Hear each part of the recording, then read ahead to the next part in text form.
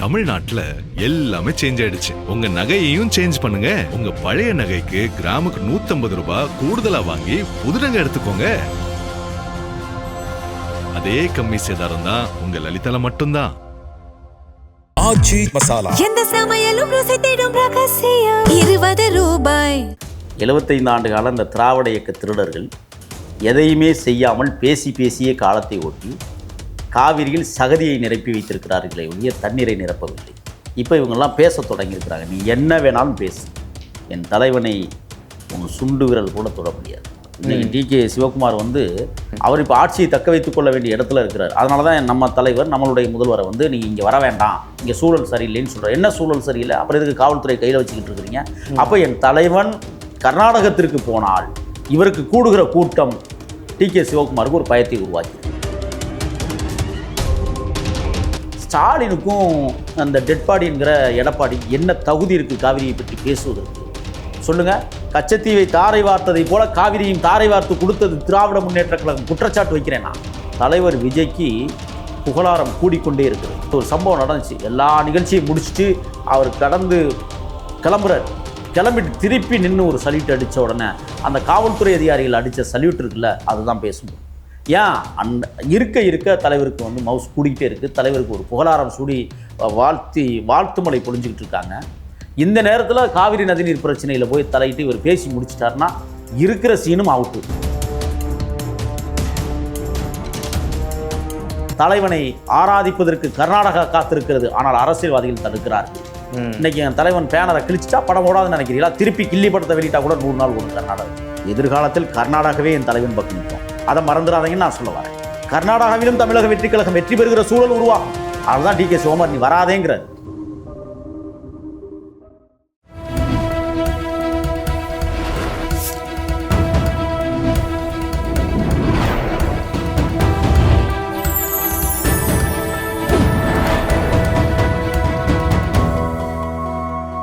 Channel 5 Tamil நேயர்களுக்கு வணக்கம். இந்த நேர்காணலில் நம்மோடு இணைந்திருப்பவர் தமிழக வெற்றி கழகத்தின் மாநில செய்தி தொடர்பாளர் திரு முகில் அவர்கள். வாருங்கள், அவரோடு பேசுவோம். சார் வணக்கம். வணக்கம். மேகதாது அணை பிரச்சனை ஓய்ந்த பாடில்லை. முன்னாடி பார்த்தீங்க அப்படின்னா மத்திய இணையமைச்சர் தமிழகத்தை கேட்க வேண்டிய அவசியம் இல்லை, எங்கேயும் உச்சநீதிமன்றம் குறிப்பிடறேன்னு சொல்லியிருந்தார். ஆனால் மத்திய அரசு எழுத்துப்பூர்வமாக சொல்லிருச்சு, காவிரி நீர் மேலாண்மை ஆணையத்துடைய அனுமதி இல்லாமல் நீ அணை கட்ட முடியாது அப்படின்னு சொல்லிட்டு. மேகதாது அணை குறித்து தமிழக முதலமைச்சர் வாயே திறக்கலை அப்படின்னு சொல்லி திமுக அதிமுக எல்லாருமே அவங்க விமர்சனத்தை வச்சுக்கிட்டே தான் இருக்காங்க. முதலமைச்சருடைய நோக்கம் என்ன? அவருடைய திட்டம் எதை நோக்கி போய்கிட்டு இருக்கு? உலகத்தில் தீர்க்கப்படாத பிரச்சனைகளை பேசி முடிப்பதில் தான் பிரச்சனை தீர்ந்திருக்கிறது. அது சிந்து நதியாக இருக்கட்டும், ஹேமாவதி நதியாக இருக்கட்டும், எல்லாமே பேசி தான் முடிவெடுத்திருக்கிறாங்க. 75 ஆண்டு காலம் இந்த திராவிட இயக்க திருடர்கள் எதையுமே செய்யாமல் பேசியே காலத்தை ஓட்டி காவிரியில் சகதியை நிரப்பி வைத்திருக்கிறார்களே ஒழிய தண்ணீரை நிரப்பவில்லை. இப்போ இவங்கெல்லாம் பேச தொடங்கியிருக்கிறாங்க. நீ என்ன வேணாலும் பேசு, என் தலைவனை உன் சுண்டு விரல் கூட தொட முடியாது. காரணம், காவிரியினுடைய இறுதி முடிவுக்கு வந்திருக்கிறது என் தலைவன் ஆட்சியில். ஒரு நதி எங்கே சேருகிறதோ அந்த நதி அவனுக்கே சொந்தம். இதுதான் உலகளாவிய நீர்நிலை சட்டம் சொல்லுகிறது. அப்போ யாருக்கு சொந்தம் காவிரி? நான் ஏற்கனவே உங்கள்கிட்ட ஒரு பதிவில் சொன்னேன், குடகுமலை எமது புண்ணிய தேசம். அது தோன்றுகிற இடமே அதுதானே. தமிழர்களுடைய சொர்க்க பூமியாக இருக்கிற குடகுவில் தோன்றுகிற காரணத்தால் அது வருகிற வழித்தடம் மாண்டியாவும் மைசூரும் இருப்பதால் அந்த நதி எங்களுக்கே சொந்தம் என்று கர்நாடகா பேசுவது என்பது ஏற்புடையதல்ல. நாம் ஒருங்கிணைக்கப்பட்ட இந்திய தேசியத்திற்குள் வாழ்கிறோம் என்பதை மறந்து விட்டார்களா என்பதும் எனக்கு தெரியல. இன்னொரு செய்தியை சொல்லவா? மேகதாதுன்னா என்னன்னு தெரியுமா? மேக கூட்டங்கள் தூது சொல்லுகிற இடமாக அமைவதை போல இருக்கிற இடம் மேகதாது. அதாவது என்னென்னா, அது மேகடாட், அது அவன் கன்னட மொழியில் அப்படி சொல்லுவான். மேகதூது தான் அதுக்கு சரியான தமிழ் பெயர். இந்த நீர்நிலை நீங்கள் பார்த்தீங்கன்னா காவிரி தோன்றுகிற இடத்துல எப்படி தோன்றும்னு தெரியுமா உங்களுக்கு? ஒரு ஒரு ஒரு சிறுநீர் பெய்வதை போல உருவாகும். அது கொஞ்சம் தூரம் உருவாகி ஒரு பெரிய கட்டை கட்டியிருப்போம். அதில் நிறைய தீர்த்தம்னு சொல்லுவாங்க. அதை எங்கேயோ குடகுல இங்கிட்டு இறங்கி முக்குளிச்சு போய் ஏறிடணும். சோப்பெல்லாம் போட்டு குளிக்கக்கூடாது, துணியெல்லாம் உரியக்கூடாது. அதுக்கு கீழே கொஞ்சம் பார்த்தீங்கன்னா 1 மோட்டார் தண்ணி ஓடிக்கிட்டு இருக்கும். அதுக்கு கீழே பார்த்தீங்கன்னா ஒரு 5 மோட்டார் தண்ணி ஓடும். அதுக்கு கீழே பார்த்தீங்கன்னா ஒரு 30 மோட்டார் தண்ணி ஓடிக்கிட்டு இருக்கும். அதுக்கு கீழே பார்த்தீங்கன்னா மிகப்பெரிய சடன்னு பெரிய சத்தமே வந்துக்கிட்டு இருக்கும். இதுதான் காவிரியினுடைய ஊற்று. அகத்திய மாமுனிவர் தோன்றிய இடம் குடகு. உங்களுக்கு தெரியுமா? அவன் கால்நடையாக நடந்து பாண்டிச்சேரிக்கும் பக்கத்தில் வந்து அடக்கமாயிருக்கிறான். அங்கே ஒரு திருத்தலம் இருக்குது இன்றைக்கும்.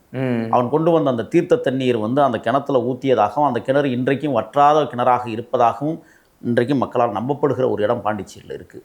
அங்கே தான் அகத்திய மாமுனிவர் இறந்தார் என்பதற்கான சான்று. அங்கே கோயில் இருக்குது, சிவன் திருத்தலம். எதுக்காக நான் இதெல்லாம் சொல்லி வரேன்னா, இன்றைக்கி கர்நாடக அரசு மேகதாதுவில் அணை கட்டுகிறோம் என்றால் ஏற்கனவே நீங்கள் 26 அணைகளை கட்டி வச்சுருக்கிறீங்க. இந்த நேரத்தில் உன்னை நினைவுபடுத்த கடமைப்பட்டிருக்கிறேன். தமிழ் தேசியத்தினுடைய தலகர்த்தர், தமிழ் தேசியத்தினுடைய தலைவராக இருந்த அண்ணன் தமிழரசன், நான் வந்து கபினி அணையை உடைப்பேன் அப்படின்னு சொன்னார். அதுக்கு தான் பெண்ணாகர வங்கியில் போய் கொள்ளையடித்தார். அதற்கு பிறகு மக்களால் கொல்லப்பட்டார் என்று காவல்துறை வட்டாரங்கள் ஒரு பெரிய பூசி முழுதலை உருவாக்கினார்கள். அந்த அணையை அன்னைக்கு உடைச்சிருந்தாருன்னு சொன்னால் இன்றைக்கி தமிழ்நாட்டிற்கு போதிய நீர் கிடைத்து கொண்டே இருந்திருக்கும். ஒன்று. ரெண்டாவது, இன்னொன்று சொல்லிடுறேன் உங்களுக்கு. வீரப்பனார் நாங்கள் இருக்கும்போது காட்டுகள் என்ன சொல்லுவார்னா, இந்த டவரை அவுத்து விட்டுருவோம் அம்பர். நெய்வேலியிலிருந்து நிலக்கரி மின்சாரம் போகிற பாதையை மாயாற்று பக்கம் இருக்கிற தெங்குமராட்டா வழியாக தான் அந்த பாதையே போகும். நாங்கள் தெங்குமராட்டா வனப்பகுதிகளில் நீண்ட காலம் ராஜ்குமாரை காட்டுக்குள் அழைத்து செல்வதற்காக இருந்த காலகட்டத்தில் அவர் சொன்ன விடை என்ன தெரியுமா? இதை உடச்சி விட்டோம்னா அந்த கர்நாடகா இருளில் உடைச்சிருவோமான்னாரு. சொல்லிவிட்டு அவரே பதிச்சுனார், இதை உடைச்சிட்டோம்னா அவங்க இருளில் இருப்பாங்க, ஆனால் காட்டுக்குள்ள இருக்கிற லட்சக்கணக்கான உயிர்கள் பலி போகும், யானை செத்துரும், புலி செத்துரும் அப்படின்னு சொன்னார். வீரப்பனார் இருக்கிற வரை மேகதாதுன்னு எவனாவது பேசினானா? உங்களுக்கு இன்னொரு உண்மையை சொல்லவா? காவிரி நதி நீர் பிரச்சனை தொடர்ந்து சிக்கலை உருவாக்கி கொண்டிருக்கிற வாட்டா நாகராஜ் என்கிற ஒரு அயோக்கியனை பிடிச்சி உள்ளே வச்சு கும்பீரன்னு சொன்னார் அப்பவே. ஆனால் அதற்காக திட்டம் தீட்டினார் அண்ணன் சுபா முத்துக்குமார் அவர்கள். அவரை தூக்கி உள்ளே கொண்டாந்து வச்சிருவோம் அப்படின்ட்டு. ஏன்னா இது இரு மாநில பிரச்சனைகள் அல்ல, இரு மாநில உறவை கெடுக்கிற பிரச்சனை. இன்னைக்கு கர்நாடகத்தில் இருக்கிற அத்தனை அங்கே இருக்கிற மக்கள் அனைவரும் நம்மளுக்கு ரத்த சொந்தங்கள். சமஸ்கிருதம் உள்ளே புகுந்ததால் கன்னடம் வேற மொழியாகி போனது, வேற இனமாகி போனது. அதான உண்மை. ஆமா, நம்ம ஏற்கனவே ஒரு பதிவில் இதை பத்தி சொந்தத்துக்கே நமக்கு ரத்த சொந்தத்துக்கு தண்ணி கொடுக்க மனசு வரலையே. அதானே எனக்கு ஒரு அந்த மக்கள் மீது நம்ம கோபப்பட சொல்லக்கூடாது. இன்னைக்கு டிகே சிவகுமார் வந்து ஒரு கன்னட வெறியர் என்பதை பறைசாற்ற முடியும். அவர் காங்கிரஸ்காரராக இருந்தாலும் அவர் இப்போ ஆட்சியை தக்க வைத்துக் கொள்ள வேண்டிய இடத்துல இருக்கிறார். அதனால தான் நம்ம தலைவர், நம்மளுடைய முதல்வரை வந்து நீங்கள் இங்கே வர வேண்டாம், இங்கே சூழல் சரியில்லைன்னு சொல்கிறார். என்ன சூழல் சரியில்லை? அப்புறம் இதுக்கு காவல்துறை கையில் வச்சுக்கிட்டு இருக்கிறீங்க?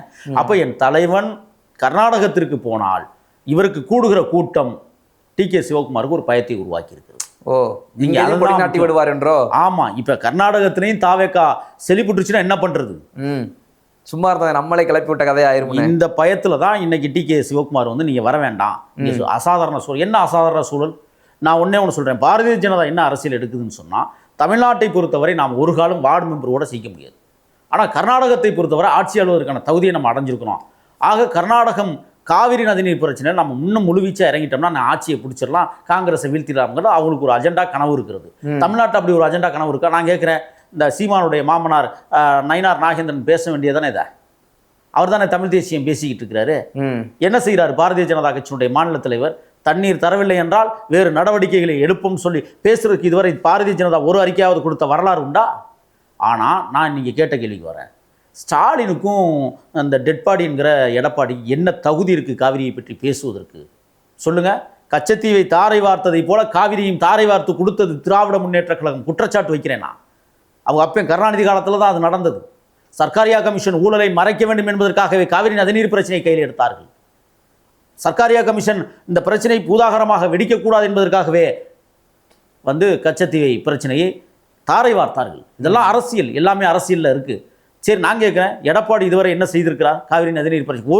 ஒரு சிந்தனை. இன்னைக்கு பேச வேண்டிய அவசியம் என்ன இருக்கிறது? நான் கேட்குறேன், என்ன தகுதி இருக்குன்னு நாங்கள் கேட்குறோம். இன்னைக்கு எங்கள் தலைவர் பேசி முடிப்போம், பங்காளிகள் தானே, நம்ம வீட்டு பிள்ளைகள் தானே, பேசி முடிப்போம்னு சொல்லி என் தலைவன் ஒரு முடிவெடுக்கிற போது சந்திக்கவே கூடாது என்று அன்புமணி போன்ற பிற்போக்குத்தனமான வாதிகள்லாம் இன்னைக்கு பேசுகிறார்கள். ஏன் சந்திக்கக்கூடாது? இல்லை, அன்றைக்கு எம்ஜிஆர் அவர்கள் சந்தித்து இதே போல தான் பேசிவிட்டு தண்ணீர் வாங்கி வந்தார். ஸோ அதே நிலைப்பாட்டில் விஜயும் எடுத்துருவாருன்ற ஒரு அச்சமா? இல்லை, இப்போ நம்மளுடைய உரிமை விட்டு கொடுத்துடக்கூடாது, நீதிமன்றம் தான் தீர்ப்பு வழங்கிருச்சு அப்படின்ற ஒரு என்னன்னா, காவலர்களுக்கு பதக்கம் வழங்கும் விழா. ஆமாம், தெரியும்.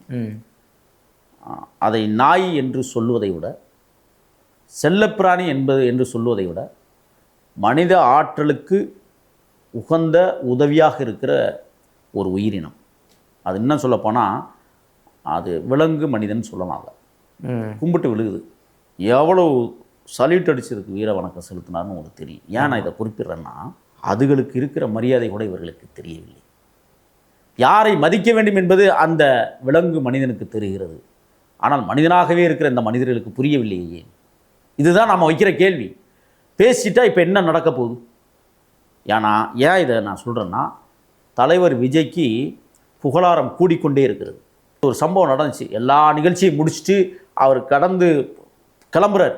கிளம்பிட்டு திருப்பி நின்று ஒரு சல்யூட் அடித்த உடனே அந்த காவல்துறை அதிகாரிகள் அடித்த சல்யூட் இருக்குல்ல, அதுதான் பேசும்போது. ஏன் இருக்க தலைவருக்கு வந்து மவுஸ் கூடிக்கிட்டே இருக்குது. தலைவருக்கு ஒரு புகழாரம் சூடி வாழ்த்து மலை பொழிஞ்சிக்கிட்டு இருக்காங்க. இந்த நேரத்தில் காவிரி நதிநீர் பிரச்சனையில் போய் தலையிட்டு இவர் பேசி முடிச்சிட்டாருன்னா இருக்கிற சீனும் அவுட்டு. உலகத்தில் நான் ஒன்று கேட்குறேங்க. நான் வரலாறு படித்த மாணவன்.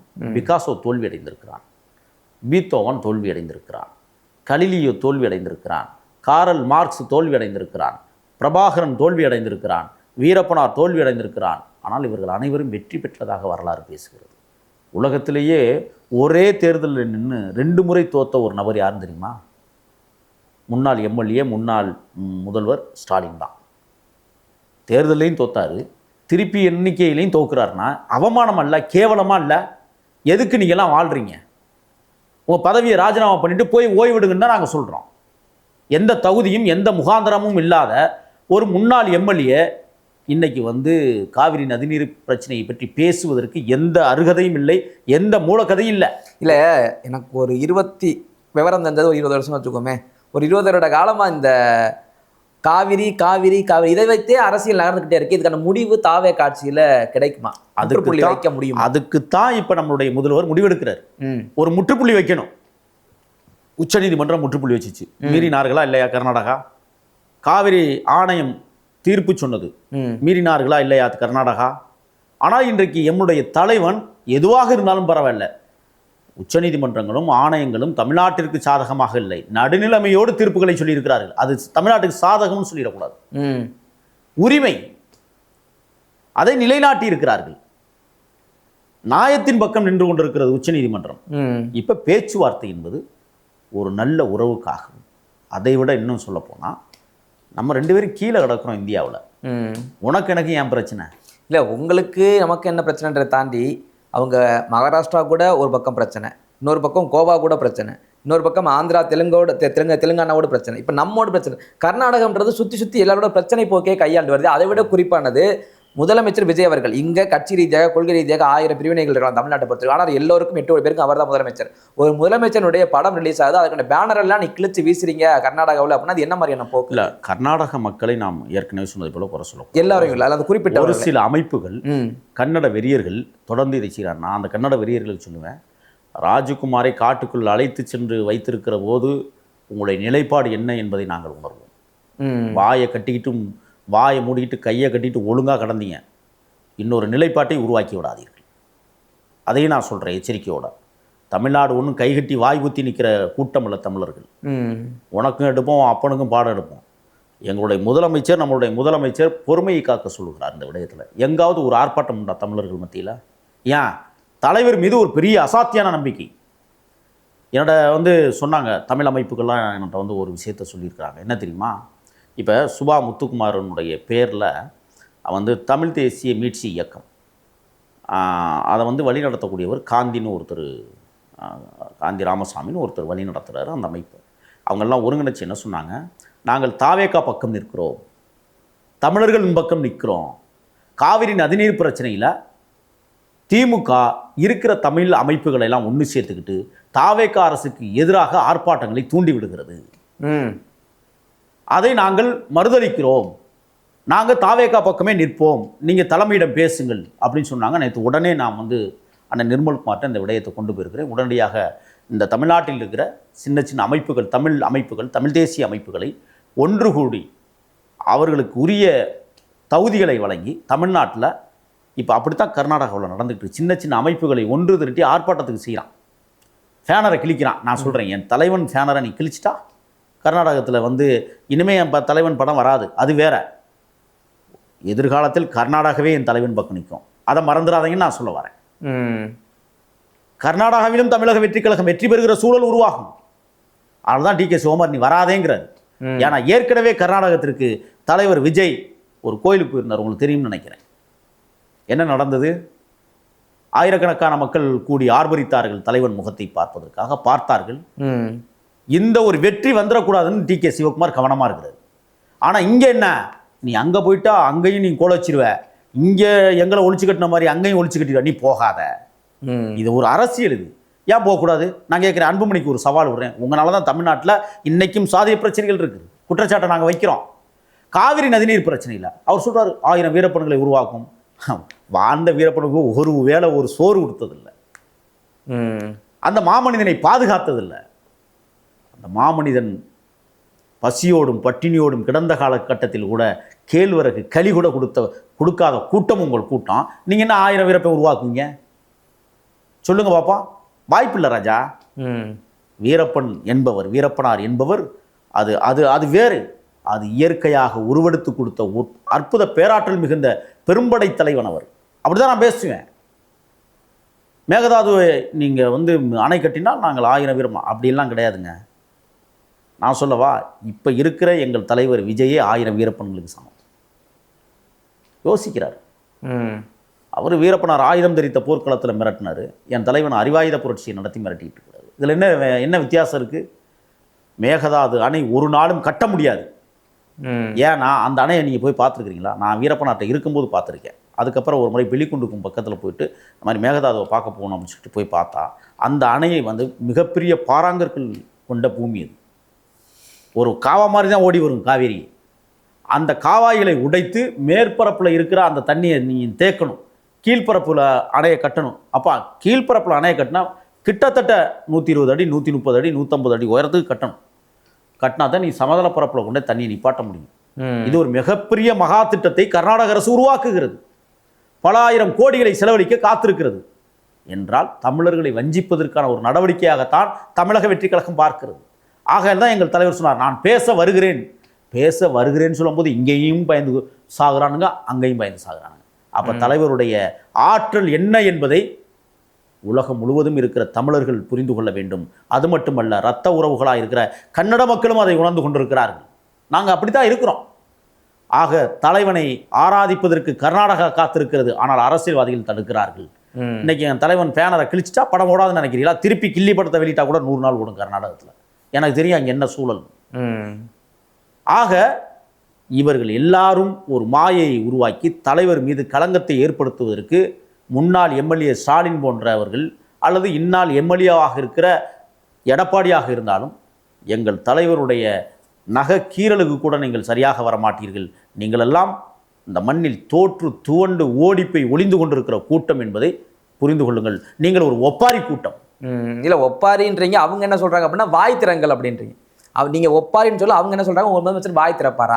வாயே திறக்கிறது இல்லை எதுக்குன்னு சொல்லி மீண்டும் மீண்டும் விமர்சனத்தை வச்சுக்கிட்டே இருக்காங்க திமுக அதிமுக ரெண்டுமே. நீ இந்த அரைச்சமாவையே 75 வருஷமா அரைச்சிக்கிட்டு பேசிக்கிட்டு கத்திக்கிட்டு கதறிக்கிட்டு கிடக்குறீங்க. நாங்கள் பேசுவது கிடையாதுங்க. இப்போ என் தலைவன் என்னை தான் அனுப்பிச்சிருக்கிறார் உங்கள்கிட்ட பேச சொல்லி. நான் பேசுகிறேன், லட்சக்கணக்கான பேர் பார்க்க இருக்கிறார்கள். நான் ஒன்று சொல்கிறேன், நான் பேசினால் என் தலைவன் பேசியதற்கு சமம்னு என் தலைவன் உணர்கிறார்.